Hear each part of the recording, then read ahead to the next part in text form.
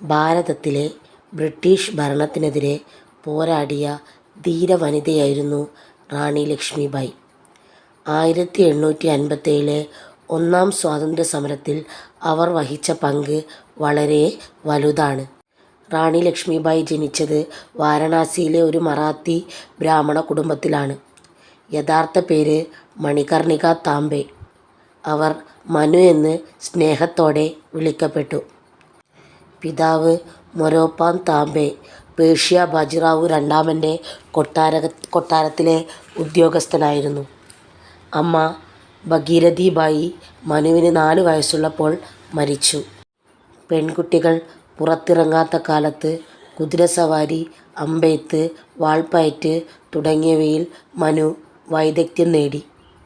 ബാജിറാവുവിൻ്റെ കൊട്ടാരത്തിൽ നാനാസാഹിബ്, താന്തിയ തോപ്പി എന്നിവരോടൊപ്പം വളർന്നത് അവരിൽ പോരാട്ടവീര്യം വളർത്തി. 1842 ഝാൻസിയിലെ മഹാരാജാവായിരുന്ന ഗംഗാധർ റാവുവിനെ അവർ വിവാഹം കഴിച്ചു. ഇതിനുശേഷമാണ് അവർ റാണി ലക്ഷ്മിബായി എന്ന പേര് സ്വീകരിച്ചത്. അതായത് 1842 അവർ ഗംഗാധർ റാവുവിനെ വിവാഹം കഴിച്ച ശേഷമാണ് റാണി ലക്ഷ്മിബായി എന്ന പേര് സ്വീകരിച്ചത്. 1851 അവർക്ക് ദാമോദർ റാവു എന്ന മകൻ ജനിച്ചെങ്കിലും 4-ാം മാസത്തിൽ മരിച്ചു. പിന്നീട് അവർ ആനന്ദ് റാവു എന്ന കുട്ടിയെ ദത്തെടുക്കുകയും അദ്ദേഹത്തിന് ദാമോദർ റാവു എന്ന് പേര് നൽകുകയും ചെയ്തു. മഹാരാജാവ് മരിച്ചതോടെ അന്നത്തെ ഗവർണർ ജനറലായിരുന്ന ഡൽഹൗസി പ്രഭു, അതായത് ബ്രിട്ടീഷ് ഗവർണർ ജനറലായിരുന്ന ഡൽഹൗസി പ്രഭു ദത്തവകാശ നിരോധന നിയമം ഏർപ്പെടുത്തി.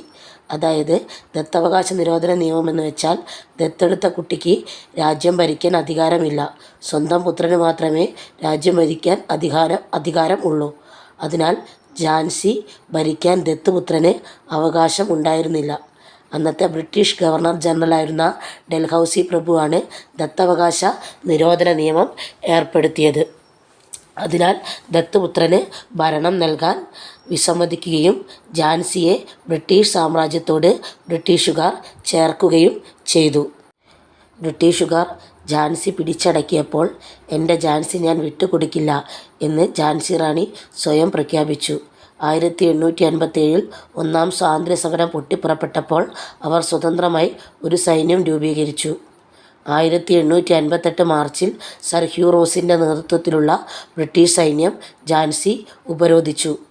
12 ദിവസം നീണ്ടുനിന്ന കടുത്ത യുദ്ധത്തിനൊടുവിൽ തങ്ങളുടെ കോട്ടയിൽ നിന്ന് വളർത്തുമകനെ, അതായത് ഝാൻസി റാണിയുടെ വളർത്തുമകനെ പുറകിൽ കെട്ടിവെച്ച് ഝാൻസി റാണി കുതിരപ്പുറത്ത് ചാടി രക്ഷപ്പെട്ടു.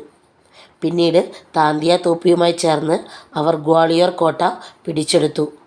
1858 ജൂണിൽ ഗ്വാളിയോറിനടുത്തുള്ള കോട്ട കി സാരായ് എന്ന സ്ഥലത്ത് വെച്ച് ബ്രിട്ടീഷ് സൈന്യവുമായി അവർ നേർക്കുനേർ പോരാടി. 1858 ജൂൺ 18 ഗ്വാളിയോർ യുദ്ധത്തിനൊടുവിൽ 29-ാം വയസ്സിൽ അവർ വീരമൃത്യു വരിച്ചു. അവരുടെ പോരാട്ട വീര്യത്തെ കണ്ട സർ ഹ്യൂ റോസ് അവരെ വിപ്ലവകാരികളിലെ ഏക പുരുഷനെന്ന് വിശേഷിപ്പിച്ചു. നിങ്ങൾക്ക് ഈ വീഡിയോ ഇഷ്ടമായാൽ ലൈക്ക് ചെയ്യുക, സബ്സ്ക്രൈബ് ചെയ്യുക. തുടർന്നുള്ള PSC വീഡിയോകൾ ലഭിക്കാനായി സബ്സ്ക്രൈബ് ചെയ്ത ശേഷം ബെൽ ബട്ടൺ അമർത്തുക. Thank you.